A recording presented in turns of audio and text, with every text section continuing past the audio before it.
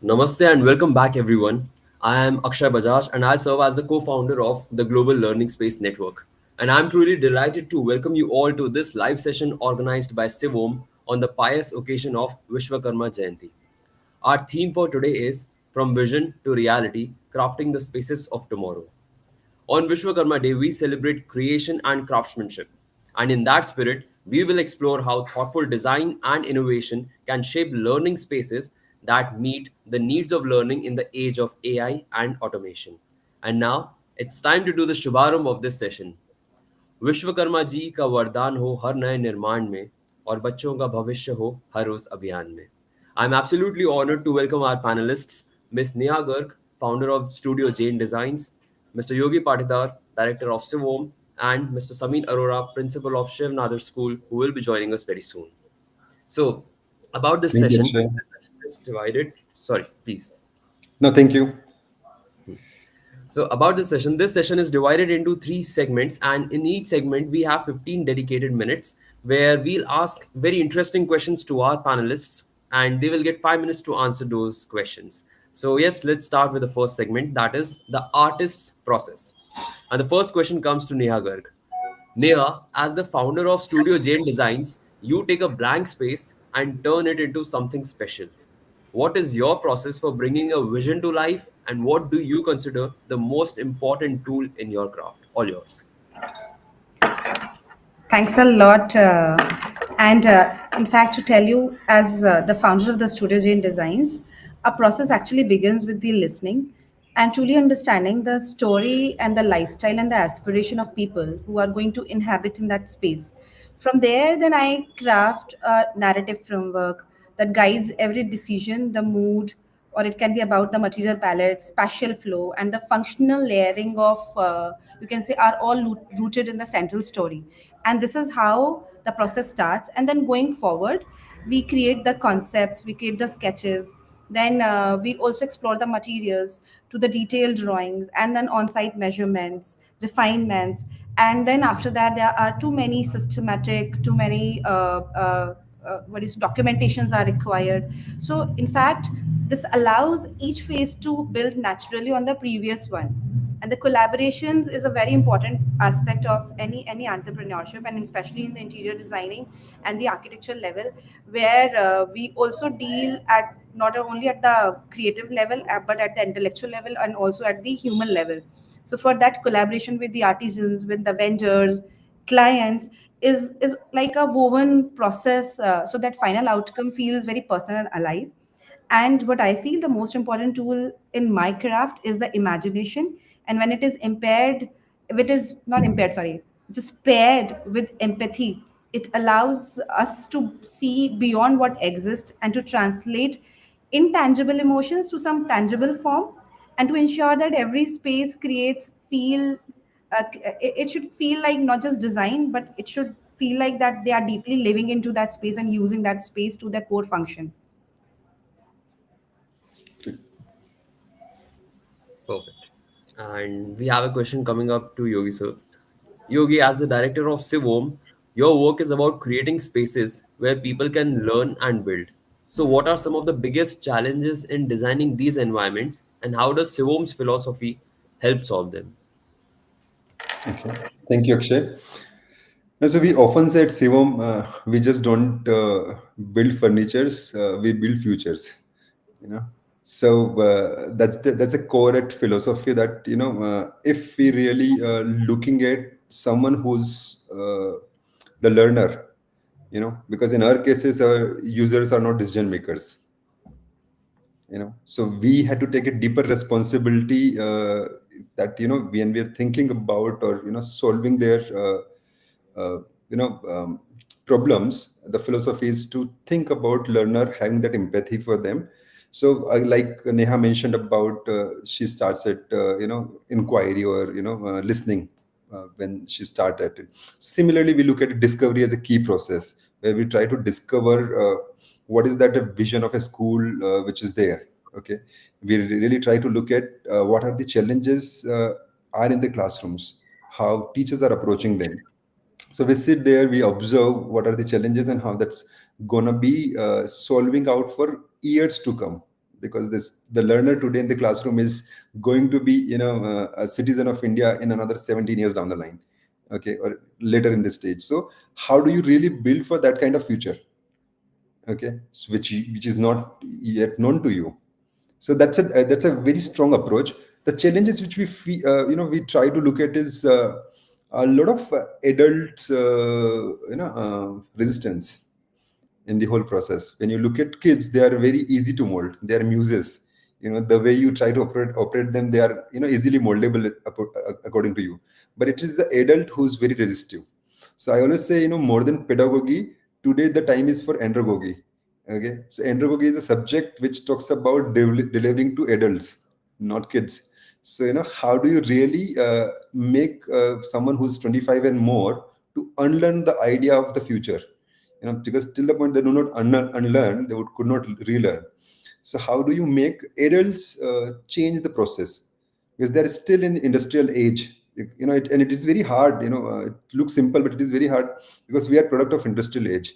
Our classroom is like sage on the stage, and when you go by that idea, and you had been a good product that way, and that's why you cannot believe that we should change it. But we are not looking 15 years down the line. So how do you take inspiration from past and aspire for the future?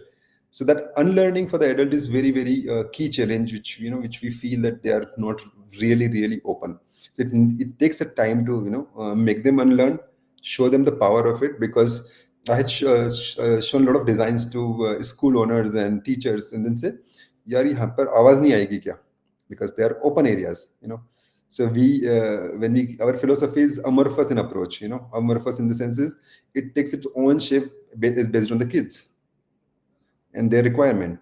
So when you have something which is keep forming every day and every requirement, then you cannot see it from traditional mindset. So it is still seeing it from that approach. So it is where I feel the challenges is the adult, a lot of need of andragogy.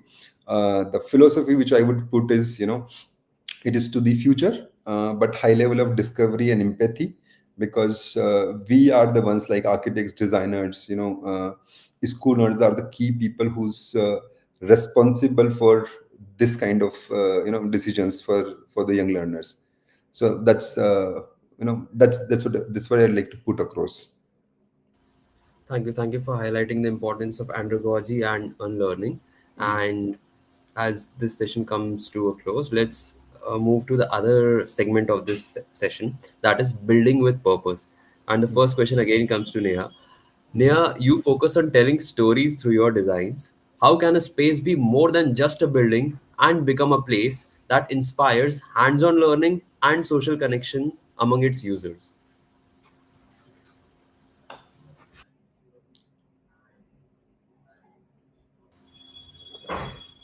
I think Neha, you are on mute.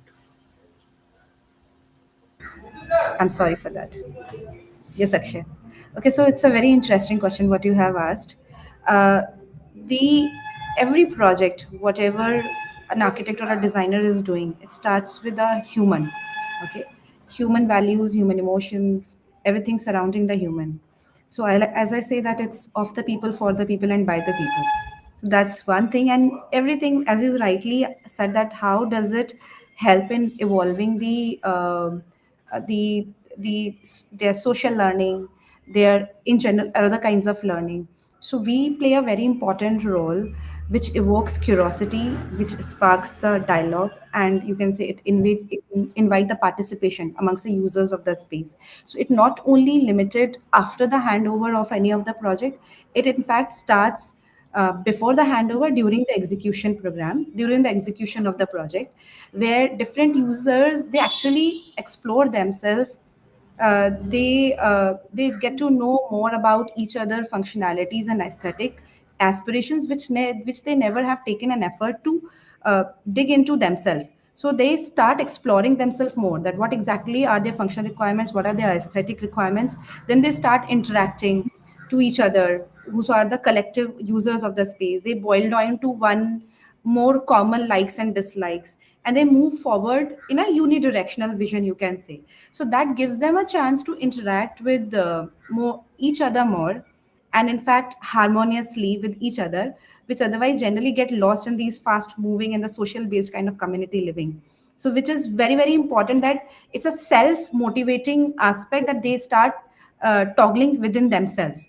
And since the users of these space are the end users of the materials what are going to be used at such spaces, use of the technologies and the various elements in the space, designer actually helps them in introspecting themselves for the personal choices which develop their knowledge aspect on their sensorial requirement. Okay, and then they also get to know, okay, what are the availability in the market, and they get to know about the markets also, although they will not be reusing those markets, but any knowledge never goes on vain, so it is always helpful for them. And then again during the process what happens, that they spend a lot of money, and each investment is very huge for such properties. They become a better fund managers for themselves. So that is the one aspect which is before execution. And after execution, on the other side of the coin, it's the when the space is more adaptive, uh, it is more retractable, it's more open plan kind of communal area, which is otherwise what not the space in earlier days. Now the spaces have started becoming much opened up and more communal, so this gives them the chance to club with each other all the more frequently, with their community, with their friends, with their families. So they become, there is a better bonding despite being in the social limitations of this new world. And as I mentioned, that since they are also now the users of the newer technologies like that of the automation, audio video system you talk about, smart security system you talk about, these high end appliances are there. So this helps in learning their or upgrading their technical know-how and their lifestyle. The last thing what I tell you is the most important learning is via the experience of those tangible and intangible materials in the new space. So there what do you say, the five senses of the smell, sight, taste, hearing, it becomes all the more sensitive, and it's a holistic development what they receive once they shifted from one kind of setup to the another kind of setup. So it's like altogether a different upgradation in the learning. So this is a very interesting. What I see is a phase. What the users begin it and they end it as. There's a lot of difference in their intellectual and the experience level. Okay, so from starting with social, emotional, and intellectual development, and then coming to the multisensory environment that we have to create for the learners or the users of a space, that brings me to the next question for Yogi. Yogi, with the demands of the world, how is CIVOM designing flexible and open spaces like vocational labs that support the practical skills students need for the future? Akshay, if we really look at this, today there is, we just don't need the knowledge, but we need skills more, because knowledge is or information is available in abundance. Now, the idea is how much skilled you are to process that knowledge and that information, because that's what going to make us different. Today, if you look at a prompt and you can get a lot of knowledge and information around it, but the idea is what do you do with that information. That's where skilling is very key, and that's where the whole idea of vocational labs or skill based labs are working around. So when we try to look at a flexibility, like I was mentioning, the idea of amorphousness, that with every requirement that space can transform in their own way. Like Neha really mentioned about communal spaces. If you look at our past days, our classroom used to be the community. So if you are 20 or 40 in the classrooms, your the classroom becomes your community. Your school never becomes your community, unless you're participating in some co-curricular activities. So your community is very smaller. But when we design these spaces, we try to make them a part of a learning community where 150 of them can be together. So, there's research about human cognitiveness, that we can hold 150 active connection, not more than that or not less than that. So once you get 150 first active connection, first may get lost. Okay. So when you have, so your community becomes for 150 people. And then your vocation is part of that. Think about a vocational space or a maker space or a tinkering space or innovation space, and it doesn't allow you to think. Look at our laboratories where we go and experiment, but that is predefined experimentation, predetermined results. कि इतना optical lens से देखना है, this should be the results. Okay, so this is predefined. Where is the experimentation in it? Is it by my curiosity? Is it by my need? Because if I'm not liking this, if I'm not curious about it, what will I experiment with? So if I'm sort of think about a school where, or a community space where you have a chapter maybe, or you have a program which is going with you, and you really like to experiment from that chapter right now, and you don't want to wait for a laboratory period to come down. Can I go and access it right now? Because by the time I go there, my idea might have lost. So the idea is to create that space inside that community itself. Okay, supporting with multiple topologies. So like when people like Neha who's having studios, when you look at their studio, they have thinking areas, they have brainstorming areas, they got experimentation area, prototyping areas, presentation areas, all of that is there. So why our classrooms cannot look like that? Why we cannot make a learning studio rather than a typically classroom approach? So once I look at learning studio, it can have library there, it can have research area there, it can have a thinking area there, it can have a if it is needed, teacher directed sessions can be there. It if needs, teachers should be the part of that community itself, where because they can be collaborated with the students. There is no layer between an adult and a learner. Okay, so if you look at this becomes a beautiful topology as a studio.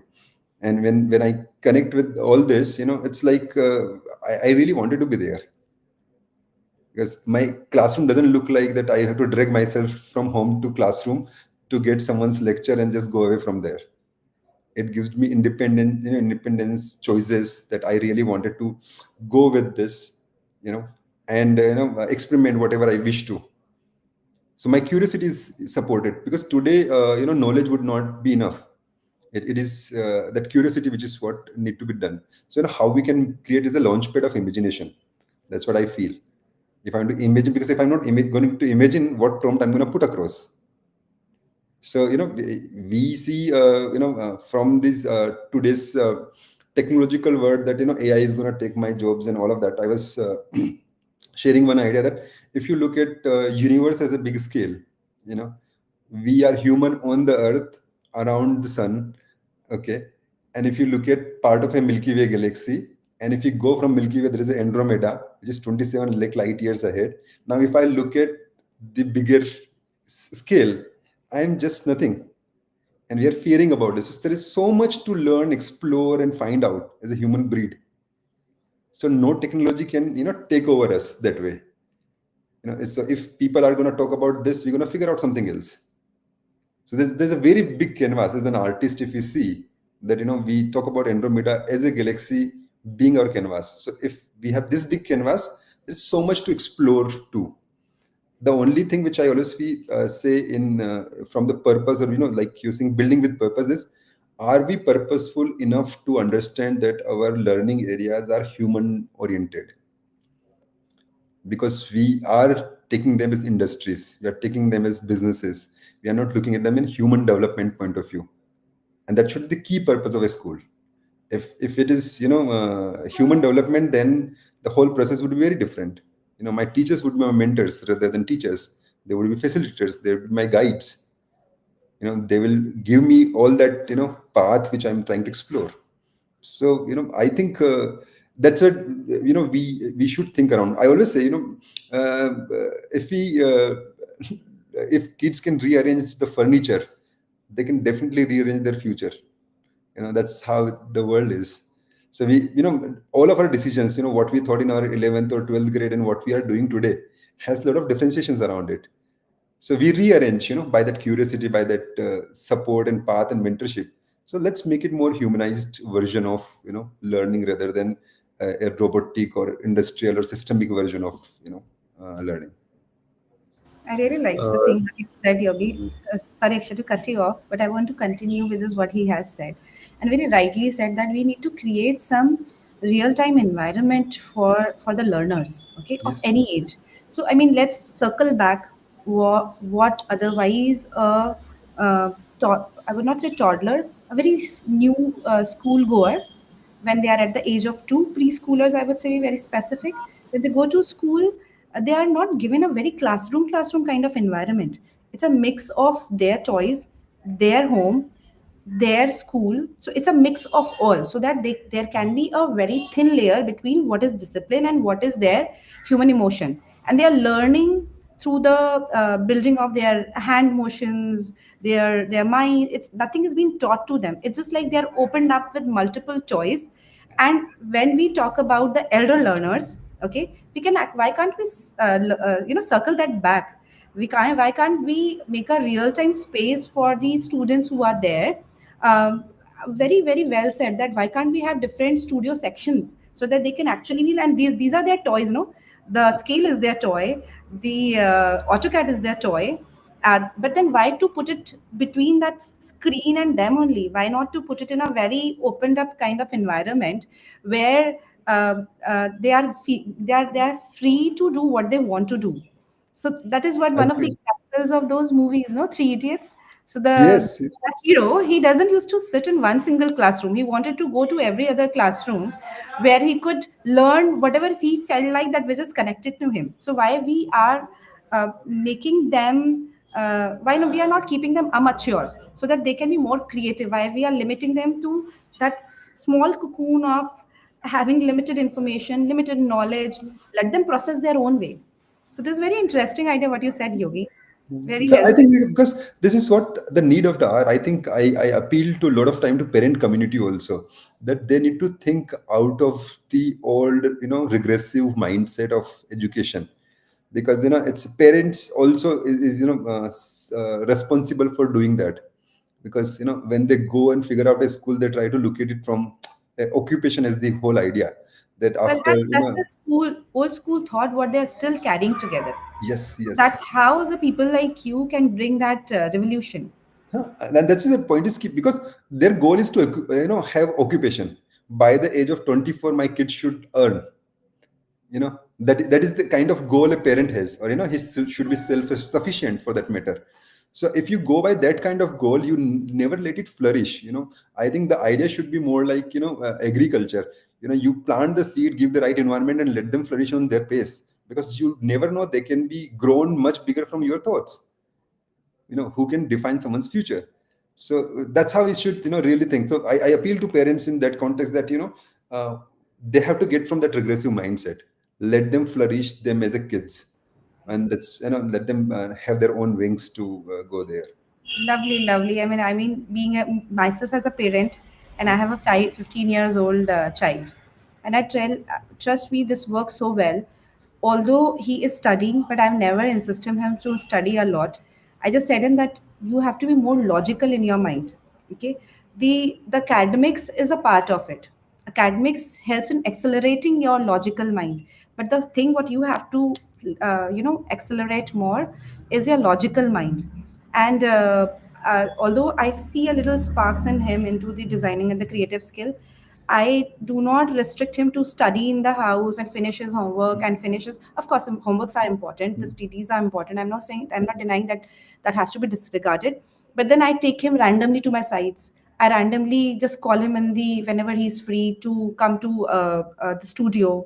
I just tell him that each day he has to read an article, read the newspaper. So that is very important that they should know what is around them. It is not just the academics which is limiting their mindset.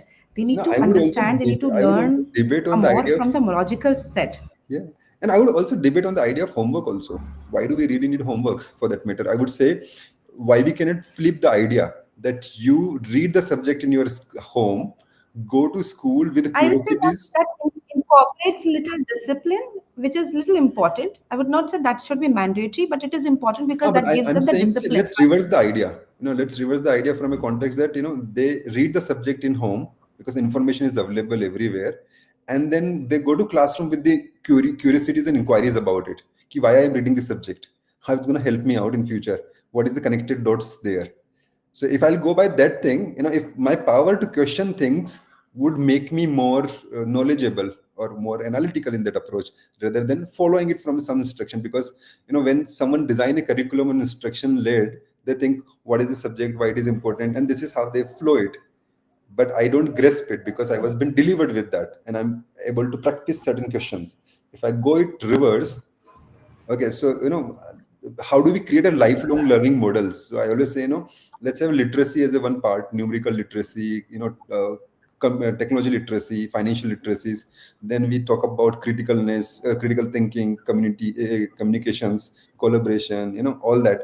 Then we talk about human values, so empathy, cultural awareness, all that. So if you build it around that, it's a lifelong learning model. You really did not to look at homework as a systemic approach. You tell them that, go to your house and inquire, or let's have survey 20 people, see what is the subject, and if the real life context can be put to that, it's a more better situation rather than just following an instructional led mindset. So no, Uh, yeah. Sorry, so yeah. your idea of We I think really community. Akshay has to say a lot. Akshay is also having time to go further. No, no, no. So the idea of community and the studios that you were discussing brought back the memories of my school days when we used to have houses, right? Red house, blue house, and yellow house, and all those things. So at every weekend, that is on every Saturday, we used to have some activities, be it debating, speech, GK, quiz. So we were beyond our classes. We were most excited to attend those because in those sessions, students of higher ages and higher classes and from junior classes, we all used to come together. So many ideas were discussed, and the same happened while we were in college days. Like we used to have finance club, marketing club, or so many clubs. So that's where we felt the association. Like Yogi sir, you were mentioning about the 150 people that you remember.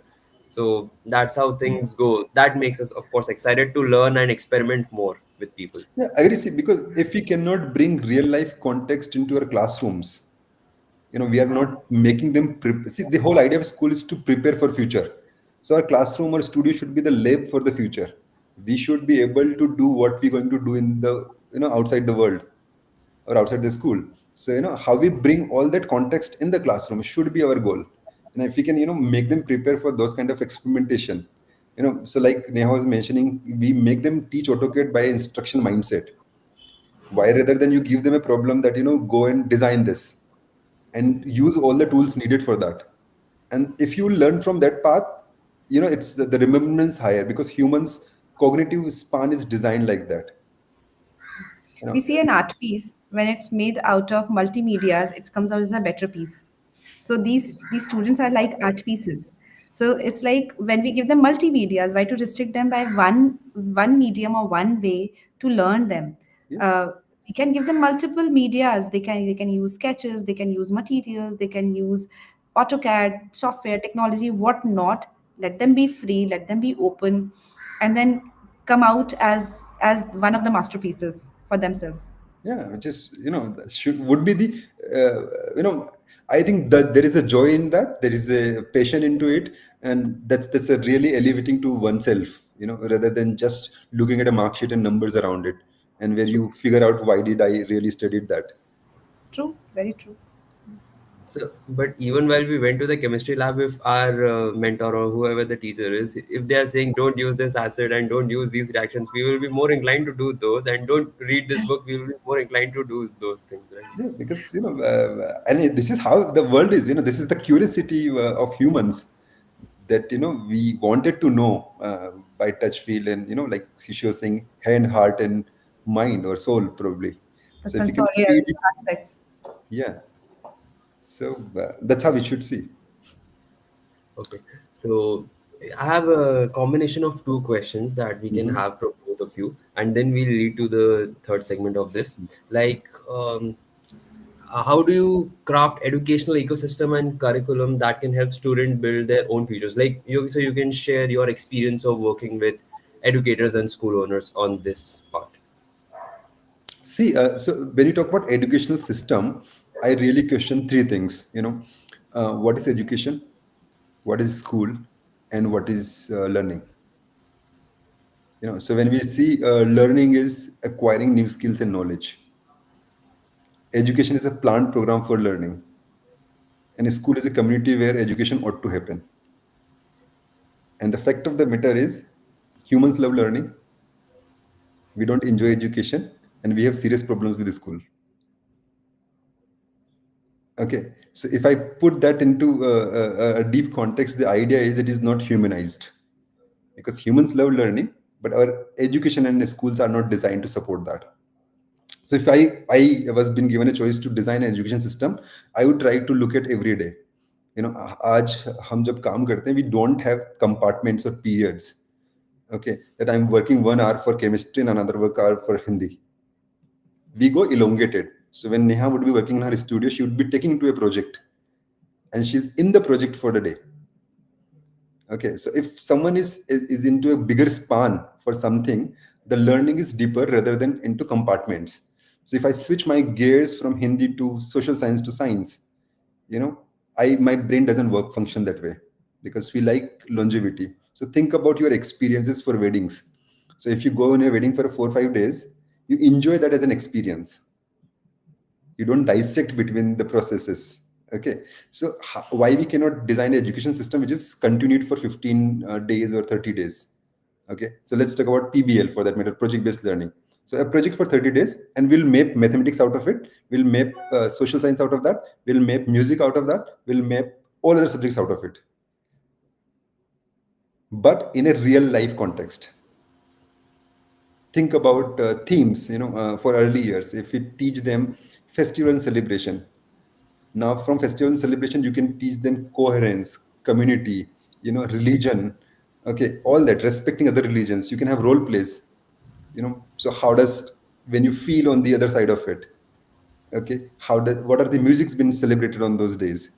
And if you collect the pictures of Holi, you can have the countings there. you know so you can have data tabulations. So you can map everything around it. It is just we are so bought into a process that we really wanted to follow those things, because that's a easy lesson. Planning is easy that way. But if I'm really creative teacher or educator, if I build it inside a theme, and now I map everything around it. So Holi में फाग के गाने गाते हैं, तो what is that फाग का गाना, and when I connect to this, that would be different celebration to it. Diwali for that matter, or my national holidays for that matter. If I'll connect everything, my GK, everything is connected, and it doesn't look like work, because you're flowing in the process. If I'll put into a context कि ये करना है, इसके बाद ये करना है, इसके बाद इसका एग्जाम है, इसका वो है, it looks like a load. And that's where a lot of this mental wellness challenges are coming, because you're so much overloaded with information and you are not able to figure it out in a humanized way. You get FOMO to every other thing. So your self-belief is getting into doubts. So I feel it has Yogi, sorry to cut you off. Yeah. I want to continue here. Whatever you are saying is very bigger sense. Okay, but we can't deny the fact that howsoever at your education level, you are giving a lot of freedom, but the different setups or different phases of their lives are not always so freedomful.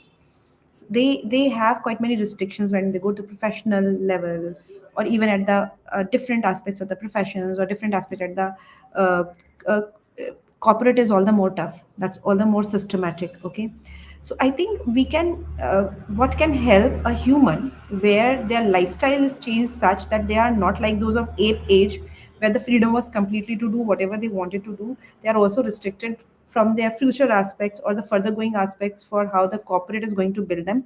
Maybe a fluid kind of environment for these students, where there's a good balance between what could be the freedom at their personal level, they can take the freedom to be more creative, and what otherwise are the restrictive challenges which they are going to face going further, either on the professional aspect, financial aspect. These are the major two aspects, right? Emotion, when you are it's all vicious thing, the financial, the emotional, and the professional. If all is balanced well, it keeps accelerating each other. So maybe we can train our students at whatever level, to be specific to what we are talking about, the architecture and interior designing. If that is being taught to our students in a way, I'm sure they will be developing themselves to be adaptive to both the situations where they are having freedom and where they are having a lot of restriction. So then otherwise, if they are always so much trained to be in freedom, and think of a situation when they suddenly get restricted with lot many things, when they are shifted to their professional environment, they will not be able to adapt themselves. In agreement, but also there could be very interesting things. So when we are saying about it, when you look at let's say financial literacy, and if you it's a part of your program, okay, financial literacy is simple as talk about discipline, because your finance can only grow when you are in discipline, Correct. okay, and that eventually start working around. So that self control, I believe, should also be given in those situations. It is not that when you talk about flexibility as an approach, the control is not there. You had to mentor that also out, but I only feel that it should be driven by choice. I should be open up and saying that this is my mistake, this is my gaps, and I want to really develop around that.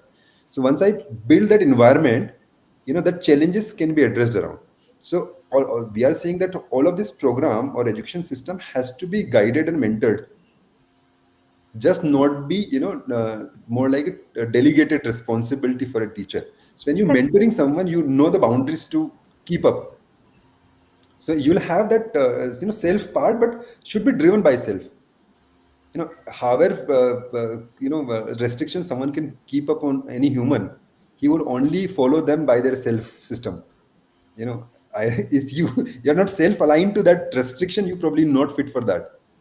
So I always feel that how do we activate that self control also, or that self discipline also, because that is what going to define us. And also at the same time, when you look at when we were doing a research, and we figured out when you look at future workforce attribute, okay, and a lot of them has mentioned the purpose seekers. So if you really want to hire talent today, they are purpose seekers in approach. So if organization doesn't have a purposeful work, they may not want to join it.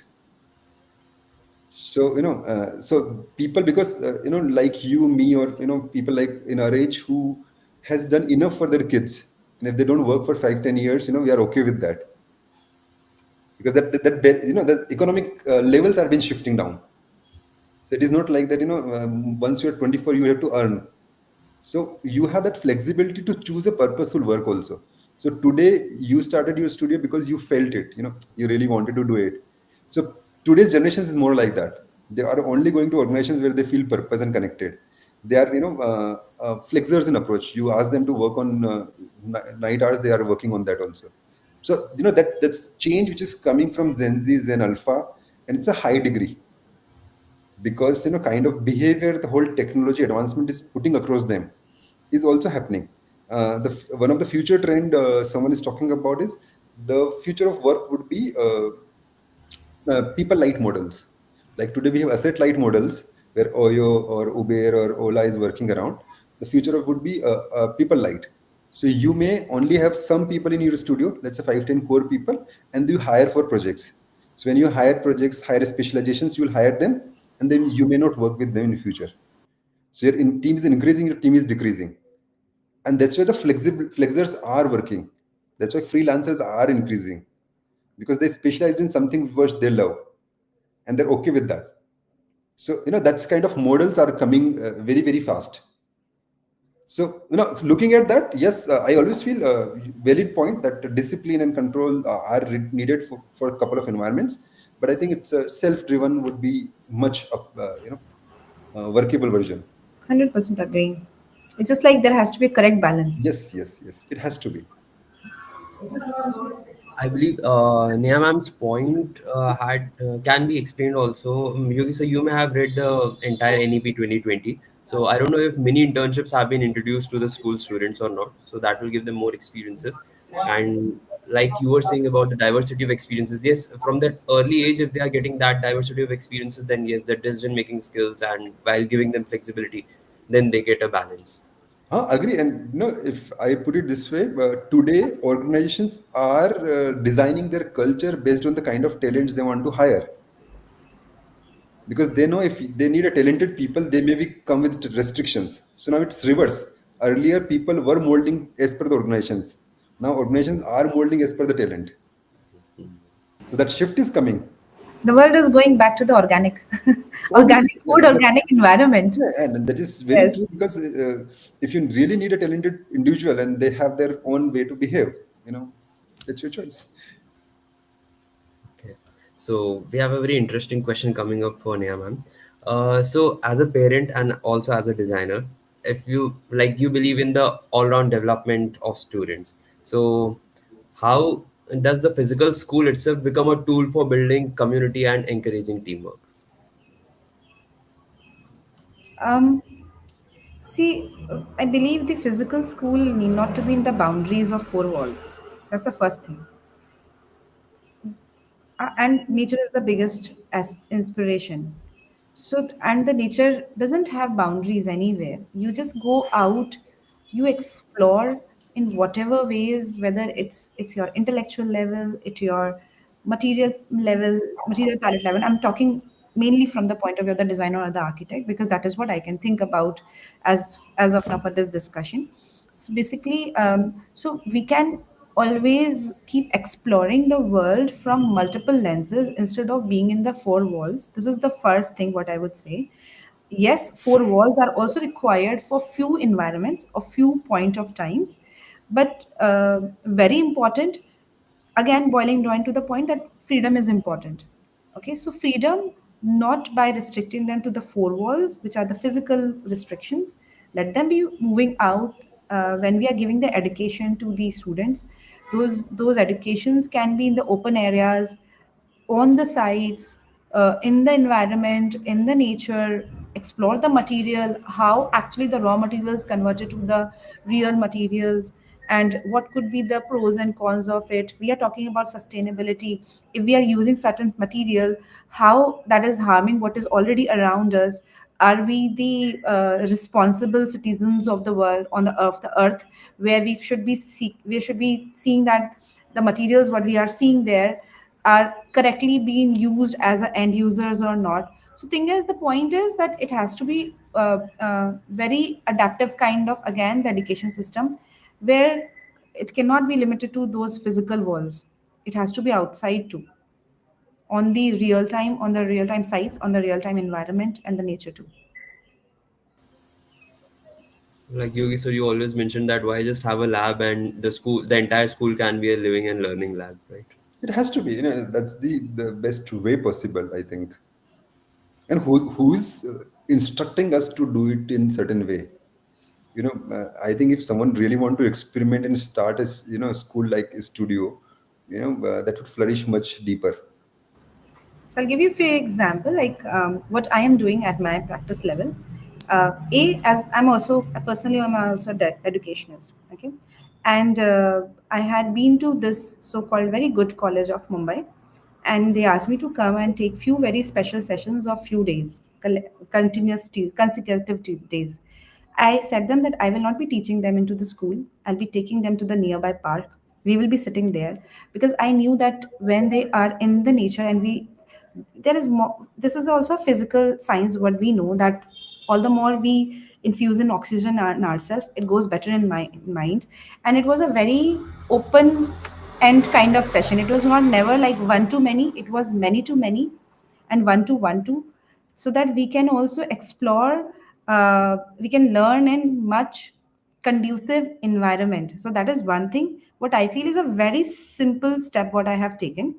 Need not to be, we should be binding ourselves to some specific or the discipline format which has already been conventional to the to education system. Be at my studio, although we are very focused being designer and we are continuously working on the designs and designs and designs, but then at one point of time I realized this is making the entire environment very robotic. People are feeling it monotonous. There has to be something more beyond this.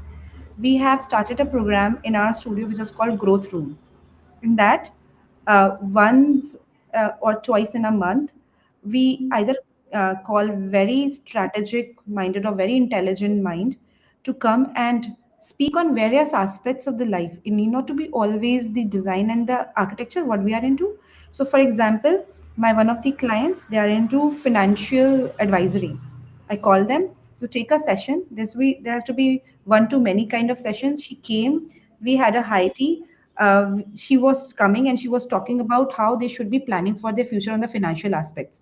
And trust me, whenever you ask your candidate to stay there in the office for 1 hour extra beyond their working hours, they'll feel burdened. They stayed there on such so-called boring topic about the financials of their own. They sat there for 3 hours and they listened to that topic. They said that we want more such sessions. So this is such example, and then we started making it all the more frequently, and we call it that the growth room session. Which is important because that's a human urge, and it is suppressed urge we don't know, and that's if that feeded well, We know, that's but we do not realize it. It's just yes. a little realization is required for us education, and how we see that why education has to be restricted to the schools. How we see how we always say the first teacher of a child is a mother. Similarly, why can't we there? We all can be the teachers for our own environment. Why they have to also always go to a school to learn anything?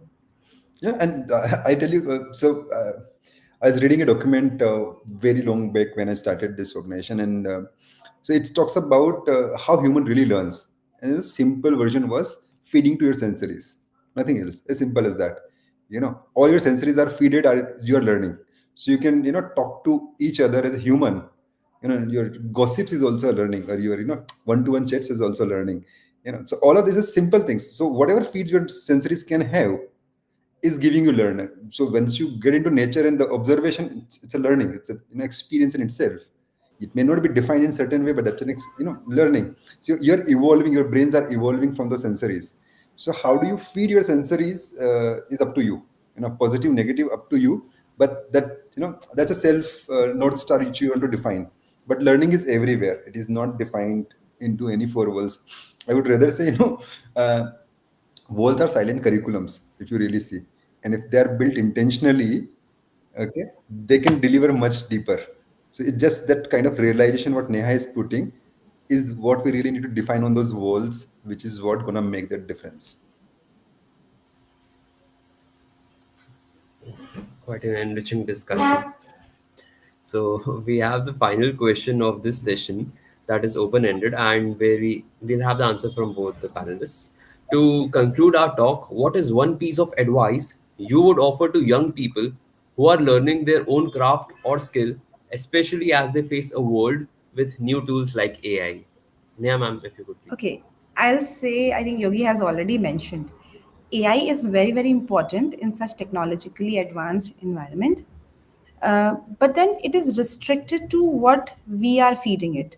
अगर एक simple सी example की बात है, अगर आप chat GPT पे कुछ डालते हैं तो वो उसका ही आंसर देगा which is already available at the internet. Okay, it can not think beyond what is already available on this earth. Okay, so it is and plus that is one at the intellectual aspect. Another aspect of AI restriction is it can help you to produce something at the systematic level or the technological level, but when it comes to replicate the human souls, intuitions, and human hands for that matter, they can generate 3D visualization. But then what about getting the work done on site? That can only be done by the human. So thing is that there has to be again the correct balance how we are heading for the AI and how we are having our conventional methods which are inevitable, which have to follow. And so there has to be correct balance of it. And I would say as an advice, not so advice, but I will say I think we all are very intelligent. Even the students are very intelligent of whatever age they are. It's just the correct environment has to be given to them so that they can understand what has to be the correct balance and what is the correct direction for them. We can show them multiple directions. It is ultimately they are the one who are taking the decisions to take the correct path for them, which path they want to get into, and that is how we keep put them into freedom, and they are better at their mental development then. That's it from my side. Thank you, thank you. Yogi sir, your take, please. So now before I get my advice of it, but see, if we really explore this whole idea of AI, it is again, we are in information age. ठीक है? And when you read someone's comment on Twitter or X that this is what I have done through AI, someone comes and says, yeah, it's working for me. Then there is expert who's supporting that statement. Now all other followers are now thinking that world is changing to AI. At how much degrees we don't know. So that's one is the lot of high information, which is also making us thinking to a lot of that. Also, when you see if AI has been that fast, the kind of models could have been come down is very different yet.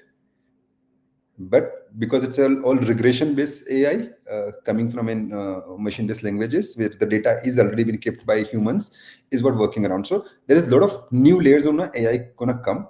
AI is going to stay. There is no doubt about it. But at the same time, AI is gonna optimize, not empathize. As simple as that.